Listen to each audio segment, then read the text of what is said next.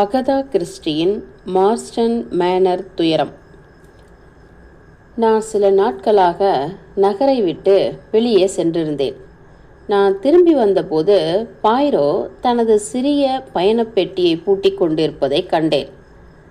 சரியான நேரம் எஸ்டிங், நான் கிளம்புவதற்குள் நீ திரும்பி வரமாட்டாயோ என்று பயந்தேன்.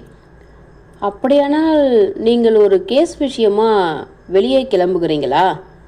ஆமாம், ஆனால் வெளிப்படையாக பார்க்கும்போது இந்த விவகாரம் அவ்வளவு நம்பிக்கைக்குரியதாக தெரியவில்லை என்பதை நான் ஒப்புக்கொள்ளத்தான் வேண்டும். நார்தர்ன் யூனியன் இன்சூரன்ஸ் நிறுவனம் சில வாரங்களுக்கு முன்பு தங்களிடம் 50,000 பவுண்டுகள் என்ற பெரும் தொகைக்கு தனது ஆயுளை காப்பீட்டு செய்திருந்த மிஸ்டர் மால்டவர்ஸ் என்பவரின் மரணத்தை பற்றி விசாரிக்குமாறு என்னை கேட்டுக்கொண்டுள்ளது. அப்படியா என்று மிகுந்த ஆர்வத்துடன் கேட்டேன். நிச்சயமாக. காப்பீட்டு பத்திரத்தில் வழக்கமான தற்கொலை விதியை குறிக்கும் பிரிவு இருந்தது. அவர் ஒரு வருடத்திற்குள் தற்கொலை செய்து கொண்டால் பிரீமியம் தொகைகள் பறிமுதல் செய்யப்படும். மிஸ்டர் மால்டவர்ஸ் நிறுவனத்தின் சொந்த மருத்துவரால் முறையாக பரிசோதிக்கப்பட்டார். அவர் தனது வாழ்நாளில் சிறந்த பருவத்தை கடந்தவராக இருந்த போதிலும் முற்றிலும் ஆரோக்கியமாக இருப்பதாகவே சான்றளிக்கப்பட்டார். இருப்பினும் கடந்த புதன்கிழமை, அதாவது நேற்று முன்தினம், மிஸ்டர் மால்டவர்ஸின் உடல் எக்ஸலில் உள்ள அவரது இல்லமான மார்ஸ்டன் மேனர் வளாகத்தில் கண்டெடுக்கப்பட்டது.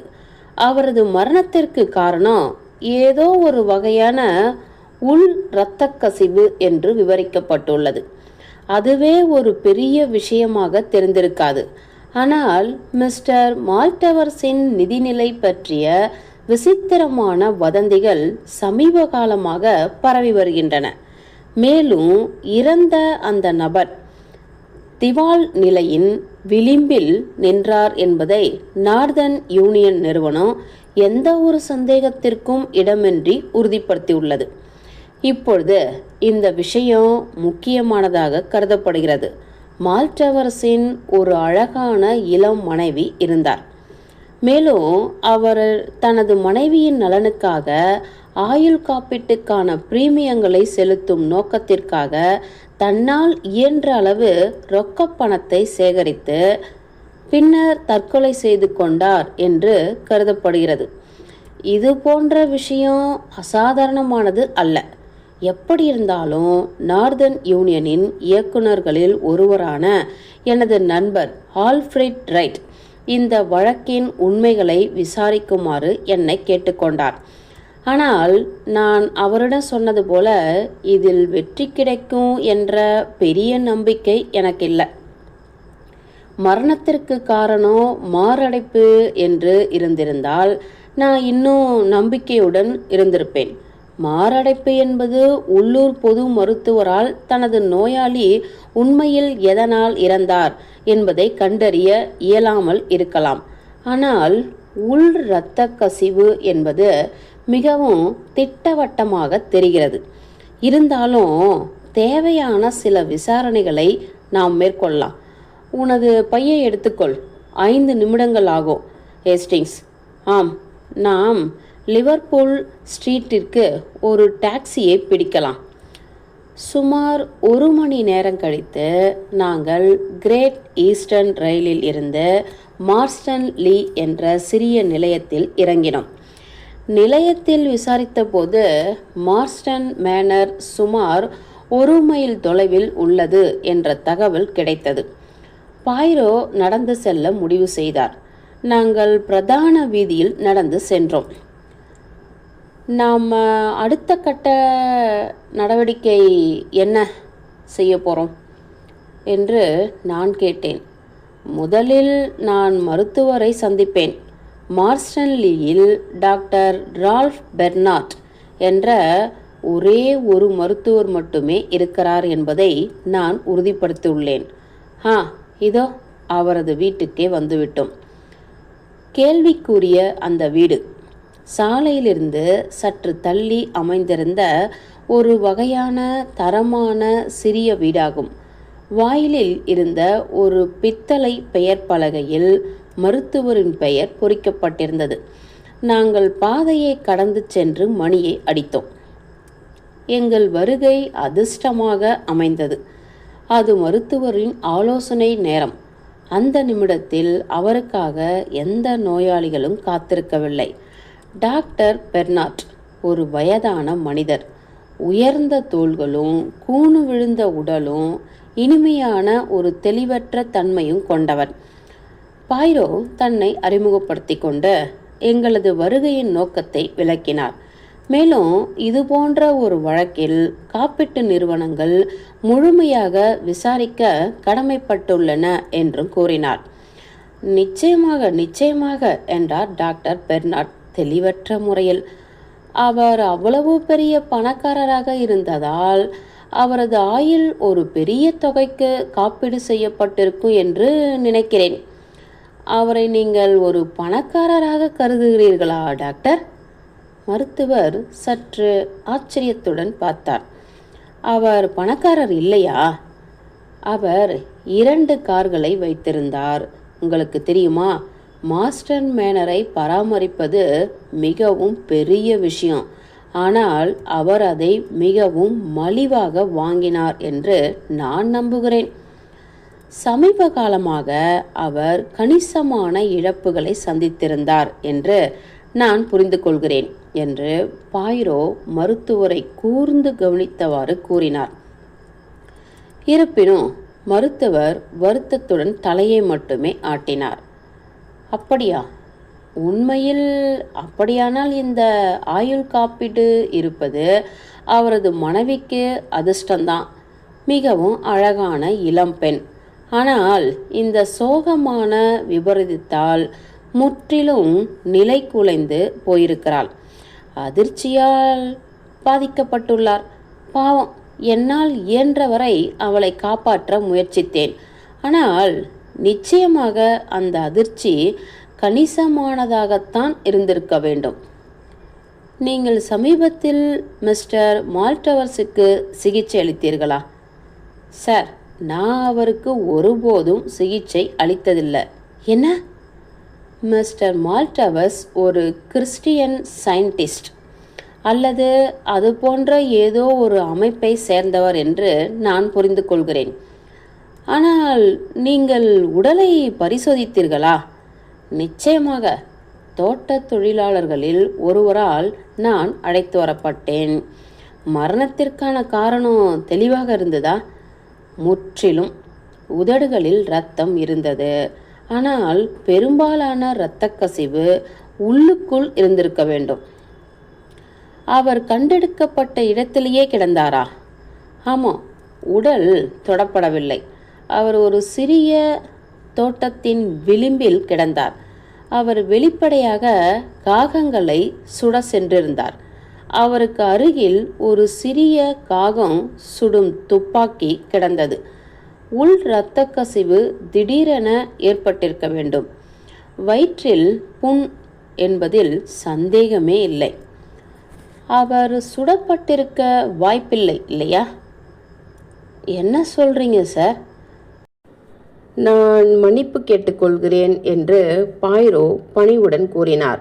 ஆனால் எனது நினைவாற்றல் தவறவில்லை என்றால் சமீபத்திய ஒரு கொலை வழக்கில் மருத்துவர் முதலில் மாரடைப்பு என்று தீர்ப்பளித்தார். உள்ளூர் காவலர் தலையில் துப்பாக்கி குண்டு காயம் இருப்பதை சுட்டிக்காட்டிய போது அதை மாற்றிக்கொண்டார். மிஸ்டர் மால்டவர்ஸின் உடலில் நீங்கள் எந்த துப்பாக்கி குண்டு காயங்களையும் காண முடியாது என்றார் டாக்டர் பெர்னாட் வறண்ட குரலில். இப்பொழுது சார், வேறு எதுவும் இல்லை என்றால் நாங்கள் அந்த ஜாடையை புரிந்து கொண்டோம். காலை வணக்கம். எங்களது கேள்விகளுக்கு பதிலளித்ததற்கு மிக்க நன்றி டாக்டர். அப்படியே பிரேத பரிசோதனைக்கான தேவை எதுவும் உங்களுக்கு தோன்றவில்லையா?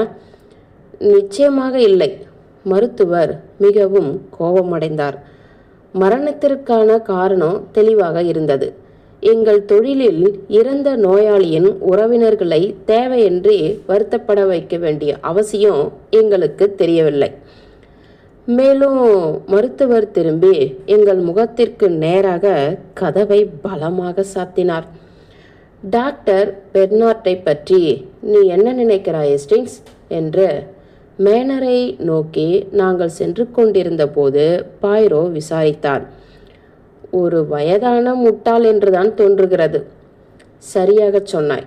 குண அதிசயங்களை பற்றிய உனது தீர்ப்புகள் எப்பொழுதும் ஆழமானவை நண்பா. நான் அவரை சங்கடத்துடன் பார்த்தேன். ஆனால் அவர் முற்றிலும் தீவிரமாக இருப்பது போல தோன்றினார். இருப்பினும் அவரது கண்களில் ஒரு மின்னல் தோன்றியது. அவர் தந்திரமாக மேலும் கூறினார். அதாவது ஒரு அழகான பெண்ணை பற்றிய கேள்வி இல்லாத இடங்களில். நான் அவரை அசட்டுத்தனமாக பார்த்தேன். நாங்கள் மேனர் வீட்டிற்கு வந்ததும் ஒரு நடுத்தர வயது பணிப்பெண் எங்களுக்கு கதவை திறந்தார். பாய்ரோ அவரிடம் தனது விசிட்டிங் கார்டு காப்பீட்டு நிறுவனத்திடமிருந்து மிஸ்ஸஸ் மால்டவர்ஸிற்கான கடிதத்தையும் கொடுத்தார். அவள் எங்களை ஒரு சிறிய வரவேற்பறைக்குள் அழைத்துச் சென்று தன் எஜமானியிடம் சொல்லச் சென்றாள். சுமார் 10 நிமிடங்கள் கடந்தன. பின்னர் கதவு திறந்தது. விதவை கோலத்தில் ஒரு மெலிந்த உருவம் வாசலில் நின்றது. மிஸ்டர் பாய்ரோ என்று அவள் தடுமாற்றத்துடன் கேட்டாள். மேடம். பாய்ரோ வீரியத்துடன் எழுந்து அவளை நோக்கி விரைந்தார். உங்களை இந்த விஷயத்தில் தொந்தரவு செய்வதற்காக நான் எவ்வளவு வருந்துகிறேன் என்று என்னால் சொல்ல முடியாது. ஆனால் என்ன செய்வது, தொழில் அவற்றுக்கு கருணையே தெரியாது. மிஸ்ஸஸ் மால்டவர்ஸ் அவளை ஒரு நாற்காலியில் அழைத்துச் செல்ல அனுமதித்தார். அவளது கண்கள் அழுது சிவந்திருந்தன. ஆனால் தற்காலிகமாக ஏற்பட்ட அந்த முக மாறுதல் அவளது அசாதாரண அழகை மறைக்க முடியவில்லை. அவளுக்கு சுமார் 27 அல்லது 28 வயது இருக்கும். மிகவும் பொன்னிறமானவள். பெரிய நீல நிற கண்களும் அழகான உதடுகளும் கொண்டவள். இது என் கணவரின் காப்பீட்டை பற்றி ஏதோ ஒரு விஷயமா? ஆனால் நான் இப்பொழுது இவ்வளவு சீக்கிரமா என்னை தொந்தரவு செய்ய வேண்டுமா? தைரியமாக இருங்க மேடம். உங்களுக்கு தெரியும், மறைந்த உங்கள் கணவர் தனது ஆயுளை ஒரு பெரிய தொகைக்கு காப்பீடு செய்திருந்தார். மேலும் இது போன்ற ஒரு வழக்கில் நிறுவனம் எப்பொழுதும் சில விவரங்களை பற்றி தன்னை திருப்திப்படுத்தி கொள்ள வேண்டும். அவர்கள் கம்பெனி சார்பாக செயல்பட எனக்கு அதிகாரம் அளித்துள்ளனர். இந்த விஷயத்தை உங்களுக்கு மிகவும் கஷ்டப்படுத்தாமல் இருக்க என்னால் இயன்ற அனைத்தையும் செய்வேன் என்று நீங்கள் உறுதியாக நம்பலாம்.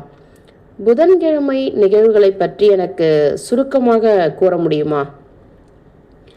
என் பணிப்பெண் மேலே வந்தபோது நான் தேநீர் அருந்துவதற்காக உடைகளை மாற்றிக்கொண்டிருந்தேன். தோட்டக்காரர்களில் ஒருவர் அப்பொழுதுதான் வீட்டிற்கு ஓடி வந்தார். அவர் கண்டெடுத்தார். அவளது குரல் தேய்ந்தது. பாய்ரோ அனுதாபத்துடன் அவளது கையை அழுத்தினார். எனக்கு புரிகிறது, போதும். மதிய உணவிற்கு முன்பு உங்கள் கணவரை பார்த்தீர்களா? மதிய உணவிற்கு பிறகு இல்லை. நான் சில தபால் தலைகளை வாங்குவதற்காக கிராமத்திற்கு நடந்து சென்றேன். அவர் வளாகத்தை சுற்றி ஏதோ வேலை செய்து கொண்டிருந்தார் என்று நினைக்கிறேன். காகங்களை சுட்டு கொண்டிருந்தாரா? ஆம். அவர் வழக்கமாக தனது சிறிய காகம் சுடும் துப்பாக்கியை உடன் எடுத்துச் செல்வார். தொலைவில் 1 அல்லது 2 துப்பாக்கிச்சூடு சத்தங்களை நான் கேட்டேன். அந்த சிறிய காகம் சுடும் துப்பாக்கி இப்பொழுது எங்கே இருக்கிறது? வரவேற்பறையில் இருக்கும் என்று நினைக்கிறேன். அவள் அறைக்கு வெளியே வழிகாட்டி சென்று அந்த சிறிய ஆயுதத்தை கண்டெடுத்து பாய்ரோவிடம் கொடுத்தாள். அவர் அதை மேலோட்டமாக பரிசோதித்தார். 2 தோட்டாக்கள் சுடப்பட்டுள்ளன. நான் பார்க்கிறேன் என்று அவர் அதை திருப்பி தரும்போது கவனித்தார். இப்பொழுது மேடம், நான் பார்க்க முடிந்தால் அவர் மென்மையாக நிறுத்தினார்.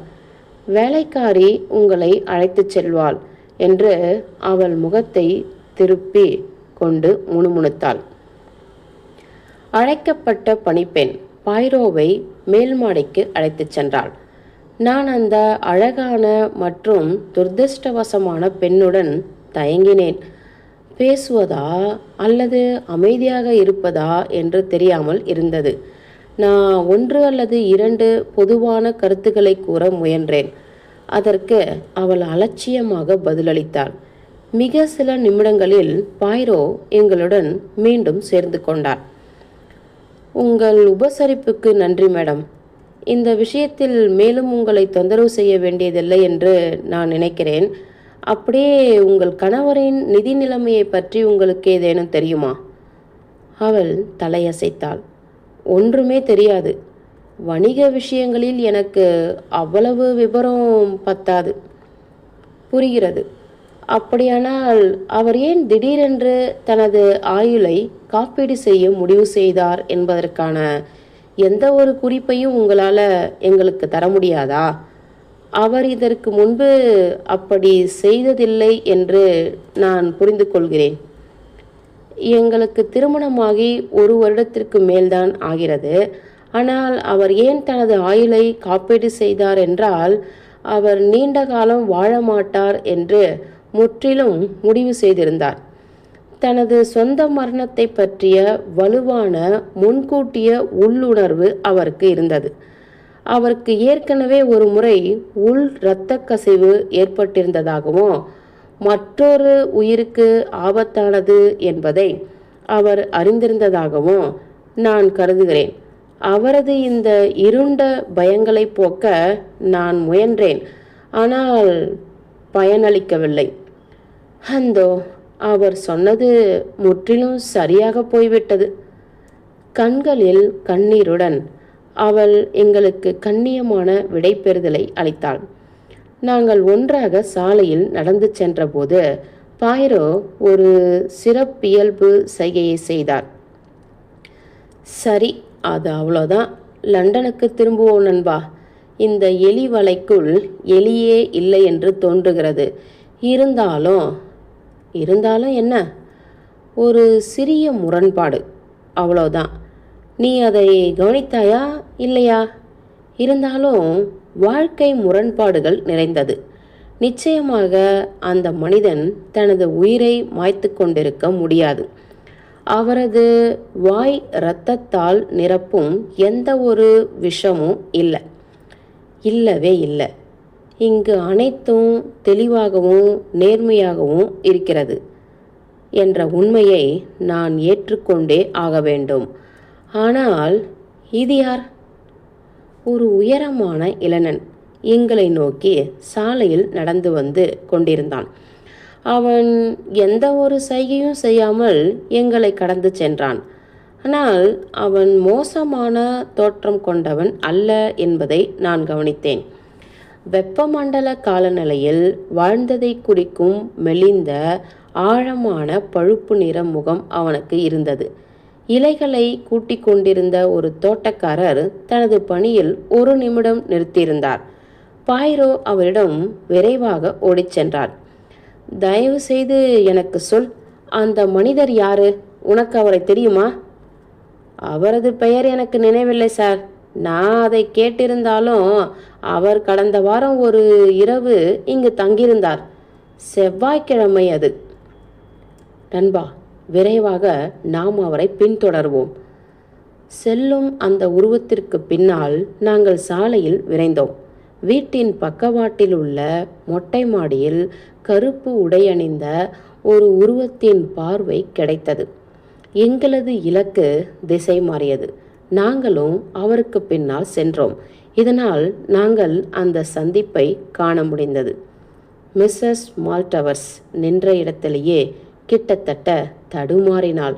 அவளது முகம் கணிசமாக வெளுத்து போனது. நீங்களா என்று அவள் மூச்சடைத்தாள். நீங்கள் கடலில் பயணத்தில் இருக்கிறீர்கள், கிழக்கு ஆப்பிரிக்காவிற்கு செல்லும் வழியில் இருக்கிறீர்கள் என்று நான் நினைத்தேன். எனது வழக்கறிஞரிடமிருந்து எனக்கு சில செய்திகள் கிடைத்தன. அவை என்னை தாமதப்படுத்தின என்று அந்த இளைஞன் விளக்கினான். ஸ்காட்லாந்தில் உள்ள எனது வயதான மாமா எதிர்பாராத விதமாக இறந்து எனக்கு சில பணத்தை விட்டு சென்றுள்ளார். இந்த சூழ்நிலையில் எனது பயணத்தை ரத்து செய்வது நல்லது என்று நினைத்தேன். பின்னர் செய்தித்தாளில் இந்த மோசமான செய்தியை பார்த்தேன். நான் செய்யக்கூடியது ஏதேனும் இருக்கிறதா என்று பார்க்க வந்தேன். உங்களுக்கு விஷயங்களை கவனித்து கொள்ள யாராவது கொஞ்சம் தேவைப்படலாம். அந்த நேரத்தில் அவர்கள் எங்களது இருப்பை உணர்ந்தார்கள். பாய்ரோ முன்னோக்கி சென்று பல மன்னிப்புகளுடன் தான் தனது கைத்தடியை வரவேற்பறையில் விட்டு சென்று விட்டதாக விளக்கினார். மிஸ்ஸஸ் மால்ட்ரவர்ஸ் தேவையான அறிமுகத்தை செய்தார். அது எனக்கு சற்று தயக்கத்துடன் செய்வது போல தோன்றியது. Mister Poirot, captain Black. சில நிமிட அரட்டை நடந்தது. அதன் போக்கில் கேப்டன் பிளாக் ஆங்கர் இன்னில் தங்கியிருக்கிறார் என்ற தகவலை பாய்ரோ அறிந்து கொண்டார். காணாமல் போன கைத்தடி கண்டறியப்படாததால் அதில் ஆச்சரியமில்லை. பாய்ரோ மேலும் பல மன்னிப்புகளை கூறி நாங்கள் விடைபெற்றோம். நாங்கள் மிகுந்த வேகத்தில் கிராமத்திற்கு திரும்பினோம். பாய்ரோ நேராக ஆங்கர் இன் ஹோட்டலை நோக்கி சென்றார். அந்த கேப்டன் திரும்பவும் வரும் வரை நாம் இங்கே காத்திருப்போம் என்று அவர் விளக்கினார். நாம் முதல் ரயிலில் லண்டனுக்கு திரும்புகிறோம் என்ற தகவலை நான் வலியுறுத்தியதை நீ கவனித்தாயா? ஒருவேளை நான் அதை உண்மையாகத்தான் சொன்னேன் என்று நீ நினைத்திருக்கலாம். ஆனால் இல்லை. இந்த கேப்டன் பிளாக்கை கண்டதும் மிஸ்ஸஸ் மால்ட்ரவர்ஸின் முகத்தை நீ கவனித்தாயா? அவள் தெளிவாக அதிர்ச்சியடைந்தாள். ஆமாம், அவன் மிகவும் அர்ப்பணிப்புடன் இருந்தான். நீ அப்படி நினைக்கவில்லையா? மேலும் அவர் செவ்வாய்க்கிழமை இரவு இங்கே இருந்தார். மிஸ்டர் மால்ட்ரவர்ஸ் இறப்பதற்கு முந்தைய நாள். நாம் கேப்டன் பிளாக்கின் செயல்களை விசாரிக்க வேண்டும் எஸ்டிங்ஸ். சுமார் அரை மணி நேரத்தில் எங்களது இலக்கு ஹோட்டலை நோக்கி வருவதை கண்டோம். பாய்ரோ வெளியே சென்று அவரை அணுகி நாங்கள் வாடகைக்கு எடுத்திருந்த அறைக்கு அவரை அழைத்து வந்தார். நாம் இங்கே எந்த வேலை விஷயமாக வந்திருக்கிறோம் அதை பற்றி கேப்டன் பிளாக்கிடம் கூறிக்கொண்டே இருந்தேன் என்று அவர் விளக்கினார். மிஸ்டர் கேப்டன், மிஸ்டர் மால்ட்ரவர்ஸ் இறப்பதற்கு முன்பு அவரது மனநிலையை உடனடியாக அறிய நான் ஆர்வமாக இருக்கிறேன் என்பதை நீங்கள் புரிந்து கொள்ளலாம். அதே நேரத்தில் மிஸ்ஸஸ் மால்ட்ரவர்ஸை வற்புறுத்தி வலிமிகுந்த கேள்விகளை கேட்க அவரை தேவையின்றி வருத்தப்பட வைக்க நான் விரும்பவில்லை. இப்பொழுது நீங்கள் இந்த நிகழ்விற்கு சற்று முன்பு இங்கே இருந்தீர்கள். உங்களால் பாரபட்சம் இல்லாத முக்கியமான தகவல்களை தர முடியும். உங்களுக்கு உதவ என்னால் இயன்ற எதையும் நான் செய்வேன். நான் உறுதியாக நம்புகிறேன் என்று அந்த கேப்டன் பதிலளித்தார். ஆனால் வழக்கத்திற்கு மாறான எதையும் நான் கவனிக்கவில்லை என்று நினைக்கிறேன்.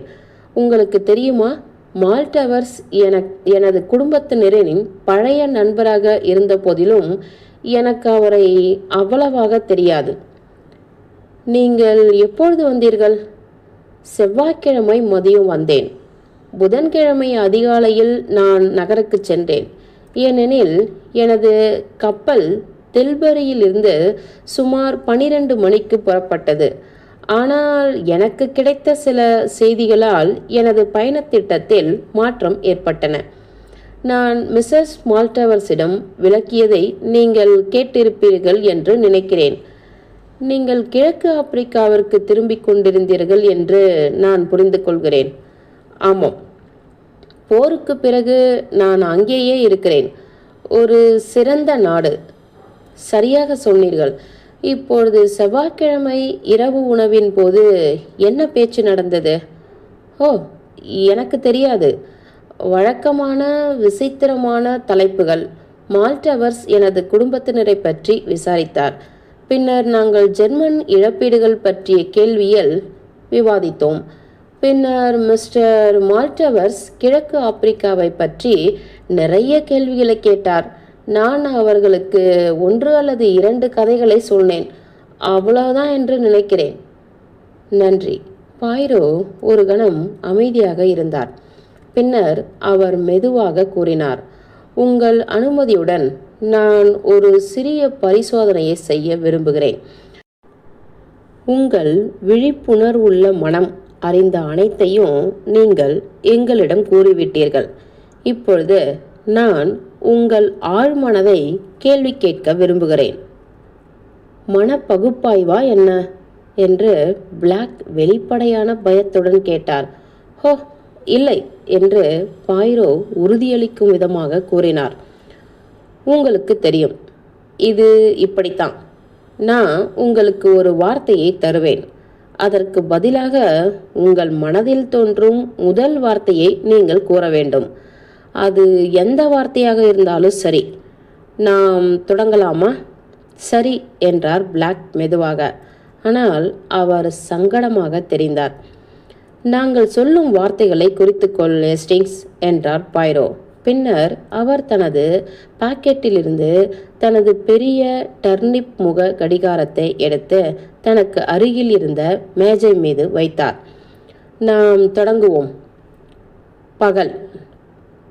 ஒரு கணம் இடைவேளை விட்டு பின்னர் பிளாக் பதிலளித்தார். இரவு. பாய்ரோ தொடரத் தொடர இவரது பதில்கள் வேகமாக வந்தன. பெயர் என்றார் பாய்ரோ. இடம் பெர்னார்ட் ஷா. செவ்வாய்க்கிழமை. இரவு உணவு. பயணம் கப்பல். நாடு உகாண்டா. கதை சிங்கங்கள். காகம் சுடும் துப்பாக்கி. பண்ணை. துப்பாக்கிச்சூடு தற்கொலை. யானை தந்தங்கள். பணம் வழக்கறிஞர்கள். நன்றி கேப்டன் பிளாக். மீண்டும் அரை மணி நேரம் கழித்து உங்களிடம் சில விஷயங்கள் பேச வேண்டியிருக்கும். உங்கள் அனுமதி கிடைக்குமா? நிச்சயமாக. அந்த கேப்டன் அவரை விசித்திரமாக பார்த்துவிட்டு எழுந்திருக்கும் போது தனது நெற்றியை துடைத்து கொண்டார். இப்பொழுது ஹேஸ்டிங்ஸ். கதவு மூடப்பட்டதும் பாய்ரோ என்னை பார்த்து புன்னகைத்து கொண்டே கூறினார், நீ கவனித்தவையெல்லாம் உனக்கு புரிந்ததா? நீங்கள் என்ன சொல்கிறீர்கள் என்று எனக்கு தெரியவில்லை. அந்த வார்த்தைகளின் பட்டியல் உனக்கு ஒன்று சொல்லவில்லையா? நான் அதை உற்றி நோக்கினேன். ஆனால் எனது தலையை ஆட்ட வேண்டிய கட்டாயம் ஏற்பட்டது. நான் உங்களுக்கு உதவுகிறேன். முதலில் பிளாக் சாதாரண நேர வரம்புக்குள்ளேயே எந்த தயக்கமும் இன்றி நன்றாக பதிலளித்தார். எனவே தனது குற்ற உணர்வை மறைக்க அவரிடம் எதுவும் இல்லை என்று நாம் எடுத்துக்கொள்ளலாம். பகல் என்பதற்கு இரவு என்றும் இடம் என்பதற்கு பெயர் என்றும் அவர் கூறியவை சாதாரணமான தொடர்புகள்தான். நான் பெர்னார்ட் என்ற வார்த்தையுடன் வேலையை தொடங்கினேன். அவர் ஒருவேளை உள்ளூர் மருத்துவரை எப்போதாவது சந்தித்திருந்தால் இந்த வார்த்தை அவரை நினைவூட்டிருக்கலாம். ஆனால் தெளிவாக அவர் சந்திக்கவில்லை. எங்களின் சமீபத்திய உரையாடலுக்கு பிறகு எனது செவ்வாய்க்கிழமை என்ற வார்த்தைக்கு அவர் இரவு உணவு என்று பதிலளித்தார். ஆனால் பயணம் மற்றும் நாடு ஆகியவற்றிற்கு கப்பல் மற்றும் உகாண்டா என்று பதிலளித்தார். இது அவர் இங்கு வருவதற்கு மேற்கொண்ட பயணத்தை விட அவரது வெளிநாட்டு பயணமே அவருக்கு முக்கியமாக இருந்ததை தெளிவாக காட்டுகிறது. கதை என்பது அவர் இரவின் உணவின் போது சொன்ன சிங்கம் கதைகளில் ஒன்றை அவருக்கு நினைவூட்டுகிறது. நான் ரூக் ரைஃபிள், அதாவது ஒரு வகை துப்பாக்கி என்ற வார்த்தைக்கு சென்றேன். அதற்கு அவர் முற்றிலும் எதிர்பாராத விதமாக பண்ணை என்று பதிலளித்தார். நான் சுடுதல் என்று சொன்னபோது அவர் உடனே தற்கொலை என்று பதிலளிக்கிறார். இந்த தொடர்பு தெளிவாக தெரிகிறது. அவருக்கு தெரிந்த ஒருவர் எங்கோ ஒரு பண்ணையில் ரூக் ரைஃபிள் மூலம் தற்கொலை செய்து கொண்டிருக்கிறார் மேலும் அவரது மனம் இன்னும் இரவு உணவின் போது அவர் சொன்ன கதைகளிலே இருக்கிறது என்பதையும் நினைவில் வையுங்கள். நான் கேப்டன் பிளாக்கை மீண்டும் அழைத்து செவ்வாய்க்கிழமை மாலை இரவு உணவு மேஜையில் அவர் சொன்ன அந்த குறிப்பிட்ட தற்கொலை கதையை மீண்டும் சொல்ல கேட்டால் நான் உண்மைக்கு மிக அருகில் வந்துவிடுவேன் என்பதை நீங்களும் ஒப்புக்கொள்வீர்கள் என்று நினைக்கிறேன். இந்த விஷயத்தில் பிளாக் மிகவும் நேர்மையாகவே இருந்தார். ஆமாம், இப்போது நினைத்து பார்க்கும்போது நான் அவர்களிடம் அந்த கதையை சொன்னது உண்மைதான். அங்கே ஒரு பண்ணையில் ஒரு ஆள் தன்னைத்தானே சுட்டு கொண்டான். ஒரு ரூக் ரைஃபிளை வாயினுள் மேல் நோக்கி சுட்டு கொண்டான். குண்டு மூளையில் பதிந்தது. மருத்துவர்கள் இதனால் பெரிதும் குழப்பமடைந்தனர். உதடுகளில் கொஞ்சம் இரத்தத்தை தவிர வேறு எதுவும் வெளியில் தெரியவில்லை. ஆனால் என்ன? இதற்கும் திரு மால்டவர்ஸுக்கும் என்ன சம்பந்தம் என்றா கேட்கிறீர்கள்? அவர் அருகில் ஒரு ரூக் ரைஃபிளுடன் தான் சடலமாக கண்டெடுக்கப்பட்டார் என்பது உங்களுக்கு தெரியவில்லை என்று நான் நினைக்கிறேன். என் கதைதான் அவருக்கு இந்த எண்ணத்தை கொடுத்தது என்று சொல்கிறீர்களா? ஹோ, ஆனால் அது துரதிர்ஷ்டமானது. உங்களை நீங்களே வருத்தி கொள்ளாதீர்கள். அது ஏதோ ஒரு வழியில் நடந்திருக்கும்.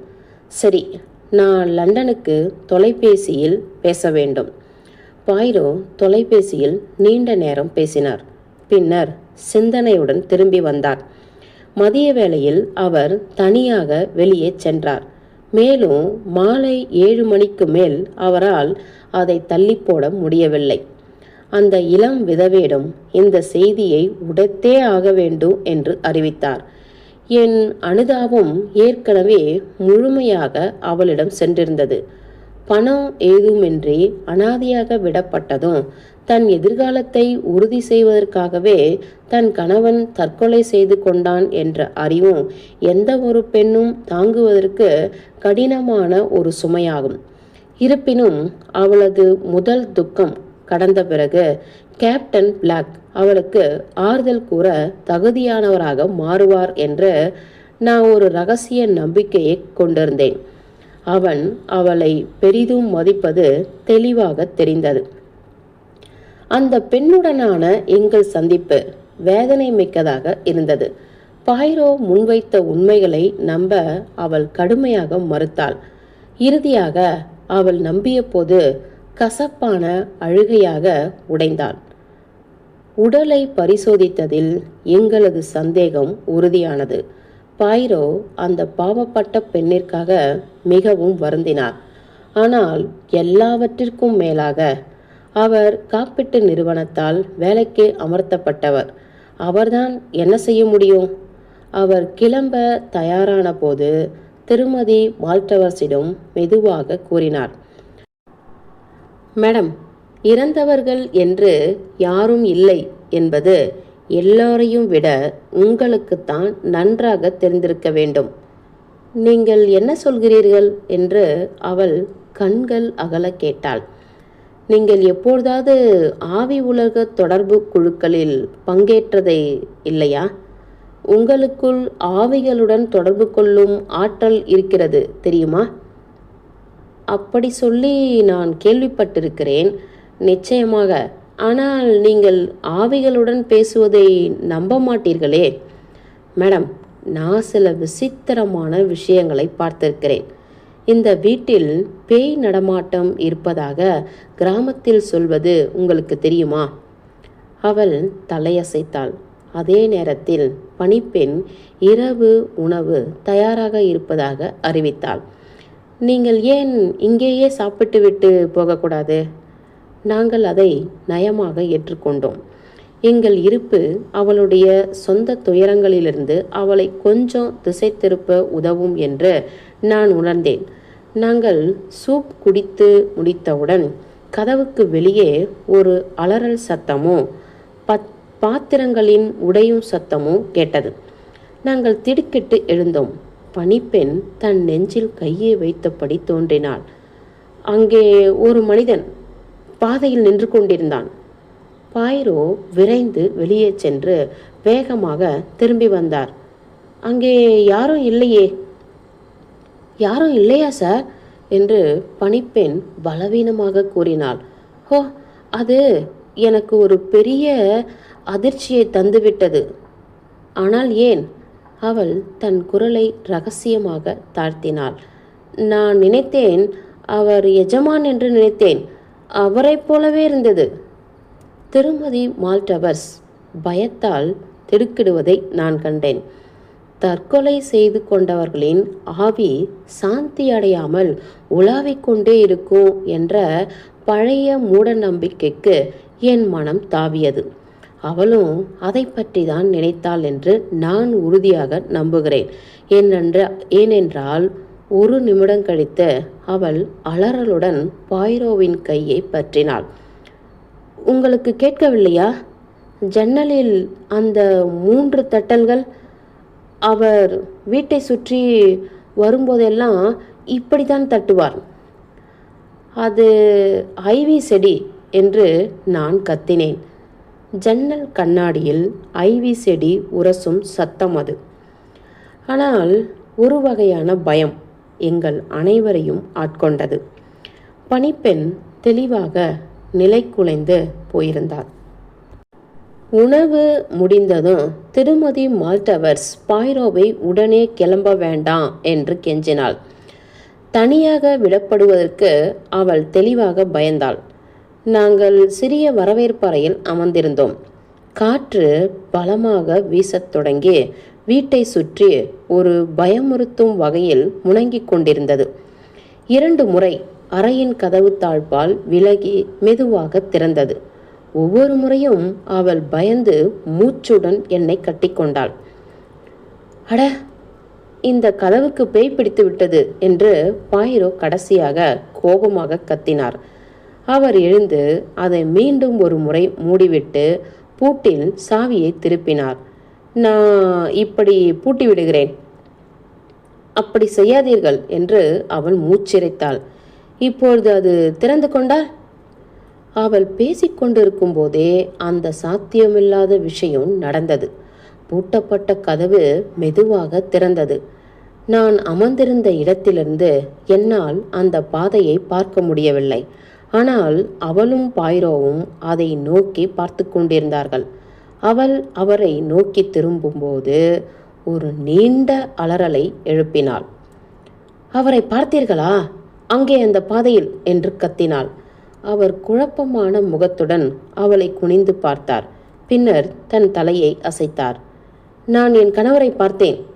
நீங்களும் அவரை பார்த்திருக்க வேண்டுமே. மேடம், நான் எதையும் பார்க்கவில்லை. உங்களுக்கு உடம்பு சரியில்லை. மனம் கலைந்திருக்கிறது. எனக்கு உடம்பு நன்றாகத்தான் இருக்கிறது. நான் ஓ கடவுளே! திடீரென்று எந்த எச்சரிக்கையும் என்று விளக்குகள் நடுங்கி அணைந்தன. இருளிலிருந்து 3 உரத்த தட்டல்கள் சத்தம் கேட்டன. திருமதி மால்டவர்ஸ் முணங்குவதை என்னால் கேட்க முடிந்தது. பின்னர் நான் பார்த்தேன். மாடியில் படுக்கையில் நான் பார்த்த அந்த மனிதன் ஒரு மங்கலான பேய் வெளிச்சத்துடன் மின்னிக்கொண்டு எங்களுக்கு நேரே நின்று கொண்டிருந்தான். அவனது உதடுகளில் இரத்தம் இருந்தது. அவன் தன் வலது கையை நீட்டி சுட்டி காட்டிக் கொண்டிருந்தான். திடீரென்று அதிலிருந்து ஒரு பிரகாசமான ஒளி வெளிப்படுவது போல தோன்றியது. அது பாயிரோவையும் என்னையும் கடந்து திருமதி மால்டவர்ஸ் மீது விழுந்தது. அவளது வெளுத்த பயந்த முகத்தையும் அதோடு மற்றொன்றையும் நான் பார்த்தேன். ஐயோ கடவுளே! பாயிரோ என்று நான் கத்தினேன். அவள் கையை பாருங்கள். அவளுடைய வலது கை. அது முற்றிலும் சிவப்பாக இருக்கிறது. அவளுடைய சொந்த கண்கள் அதன் மேல் விழுந்தன. அவள் தரையில் ஒரே குவியலாக சுருண்டு விழுந்தாள். ரத்தம் என்று அவள் வெறித்தனமாக கத்தினாள். ஆம், அது ரத்தம். நான் தான் அவனை கொன்றேன். நான் தான் செய்தேன். அவன் எனக்கு காட்டிக்கொண்டிருந்தான். அப்பொழுது நான் ட்ரிகரில் கையை வைத்து அழுத்தி கொன்றேன். அவனிடமிருந்து என்னை காப்பாற்றுங்கள், என்னை காப்பாற்றுங்கள். அவன் திரும்பி வந்து விட்டான். அவளது குரல் ஒரு தொண்டை சத்தத்துடன் அடங்கியது. விளக்குகள் என்றார் பாய்ரோ சுறுசுறுப்பாக. மந்திரம் போட்டது போல விளக்குகள் எரிந்தன. அதுதான் விஷயம் என்று அவர் தொடர்ந்தார். கேட்டாயா எஸ்டிங்ஸ்? நீயும் கேட்டாயா எவரெட்? ஹோ, சொல்ல மறந்துவிட்டேனே. இவர் திரு எவரெட் நாடகத்துறையில் மிகவும் சிறந்த கலைஞர். நான் இன்று மதியம் அவரை தொலைபேசியில் அழைத்தேன். அவரது ஒப்பனை நன்றாக இருக்கிறது அல்லவா? இறந்த மனிதனைப் போலவே இருக்கிறது. ஒரு பேக்கெட் டார்ச் மற்றும் தேவையான பாஸ்பரஸ் மூலம் அவர் சரியான தாக்கத்தை ஏற்படுத்தினார். நானாக இருந்தால் அவளது வலது கையை தொடமாட்டேன் ஹேஸ்டிங்ஸ். சிவப்பு பெயிண்ட் கரை படிந்துவிடும். விளக்குகள் அணைந்தபோது நான் அவளது கையை பற்றினேன். பார்த்தாயா? சரி, நாம் ரயிலை தவறவிடக்கூடாது. இன்ஸ்பெக்டர் ஜேப் ஜன்னலுக்கு வெளியே இருக்கிறார். மோசமான இரவு. ஆனால் அவர் அவ்வப்பொழுது ஜன்னல் தட்டுவது மூலம் நேரத்தை கடத்த முடிந்தது. பார்த்தாயா என்று பாய்ரோ தொடர்ந்தார். நாங்கள் காற்றிலும் மழையிலும் சுறுசுறுப்பாக நடந்து செல்லும்போது அங்கே ஒரு சிறிய முரண்பாடு இருந்தது. இறந்தவர் ஒரு கிறிஸ்டியன் சயின்டிஸ்ட் என்று மருத்துவர் நினைத்ததாக தோன்றியது. திருமதி மால்டவர்ஸை தவிர வேறு யார் அவருக்கு அந்த எண்ணத்தை கொடுத்திருக்க முடியும்? ஆனால் எங்களிடம் அவள் தன் கணவன் தன் ஆரோக்கியத்தை பற்றி பெரும் கவலையில் இருந்ததாக சித்தரித்தாள். மீண்டும் கேப்டன் பிளாக்கின் மறுவருகையால் அவள் ஏன் இவ்வளவு அதிர்ச்சியடைந்தாள்? இறுதியாக ஒரு பெண் தன் கணவனுக்காக ஒழுக்கமான முறையில் துக்கம் அனுசரிக்க வேண்டும் என்று சட்டம் கூறினாலும் எனக்கு அந்த அளவுக்கு அடர்த்தியான மேக்கப் போடப்பட்ட கண் இமைகள் பிடிக்கவில்லை. நீ அவைகளை கவனிக்கவில்லையா எஸ்டிங்ஸ்? நான் எப்பொழுதும் உன்னிடம் சொல்வது போல நீ எதையும் பார்ப்பதில்லை. சரி, அங்கு 2 சாத்தியங்கள் இருந்தன. பிளாக்கின் கதை திரு மால்டவர்ஸுக்கு தற்கொலை செய்து கொள்வதற்கான ஒரு புத்திசாலித்தனமான முறையை பரிந்துரைத்ததா, அல்லது அதை கேட்டுக்கொண்டிருந்த மற்றொருவரான அவரது மனைவி கொலை செய்வதற்கான புத்திசாலித்தனமான முறையை கண்டாரா? நான் பிந்தைய கருத்தின்படியே நடந்திருக்கும் என்று நினைத்தேன். குறிப்பிட்டபடி வழியில் தன்னைத்தானே சுட்டுக்கொள்ள அவர் அநேகமாக தன் கால் விரலால் ட்ரிகரை இழுத்திருக்க வேண்டும். அல்லது நான் அப்படி கற்பனை செய்கிறேன். இப்பொழுது மால்டவர்ஸ் ஒரு காலனி கழற்றப்பட்ட நிலையில் கண்டெடுக்கப்பட்டிருந்தால் நாம் நிச்சயமாக யாரிடமாவது அதை கேள்விப்பட்டிருப்போம். அது போன்ற ஒரு விசித்திரமான விவரம் நினைவில் வைக்கப்பட்டிருக்கும். இல்லை, நான் சொல்வது போல இது தற்கொலை அல்ல, கொலை வழக்கு என்ற கருத்தையே நான் சார்ந்திருந்தேன். ஆனால் எனது கோட்பாட்டை ஆதரிக்க என்னிடம் எந்த ஆதாரமும் இல்லை என்பதை உணர்ந்தேன். அதனால்தான் இன்றிரவு நீங்கள் பார்த்த இந்த விரிவான சிறிய நாடகம். இப்பொழுது கூட குற்றத்தின் அனைத்து விவரங்களையும் என்னால் முழுமையாக புரிந்து கொள்ள முடியவில்லை என்றேன் நான். ஆரம்பத்திலிருந்தே தொடங்குவோம். இதோ ஒரு தந்திரமான மற்றும் சூழ்ச்சி செய்யும் பெண், தன் கணவனின் நிதி வீழ்ச்சியை பற்றி அறிந்தவள். அவனது பணத்துக்காக மட்டுமே தான் திருமணம் செய்து கொண்ட அந்த வயதான துணையால் சலிப்படைந்த அவனது உயிரை பெரிய தொகைக்கு காப்பீடு செய்ய தூண்டுகிறாள். பின்னர் தன் நோக்கத்தை நிறைவேற்றுவதற்கான வழிகளை தேடுகிறாள். ஒரு விபத்து அவளுக்கு அதை தருகிறது. அந்த கேப்டனின் விசித்திரமான கதை. அடுத்த நாள் மதியம் அவள் நினைப்பது போல கேப்டன் கடலில் இருக்கும்போது அவளும் அவளது கணவனும் மைதானத்தை சுற்றி உலா வருகிறார்கள். நேற்றிரவு அது எவ்வளவு விசித்திரமான கதை என்று அவள் கூறுகிறாள். ஒரு மனிதன் அப்படி தன்னைத்தானே சுட்டுக்கொள்ள முடியுமா? அது சாத்தியமா என்று எனக்கு காட்டுங்கள். அந்த பாவப்பட்ட முட்டாள் அவளுக்கு செய்து காட்டுகிறான். அவன் தன் துப்பாக்கியின் முனையை தன் வாயில் வைக்கிறான். அவள் குனிந்து தன் விரலை ட்ரிகர் மேல் வைத்து அவனை பார்த்து சிரிக்கிறாள். இப்பொழுது சார் என்று அவள் குறும்புடன் கூறுகிறாள். நான் இந்த ட்ரிகரை அழுத்தினால் என்னாகும்? அதன் பிறகு ஹேஸ்டிங்ஸ். அவள் அதை அழுத்தினாள். முற்றும். Agatha Christie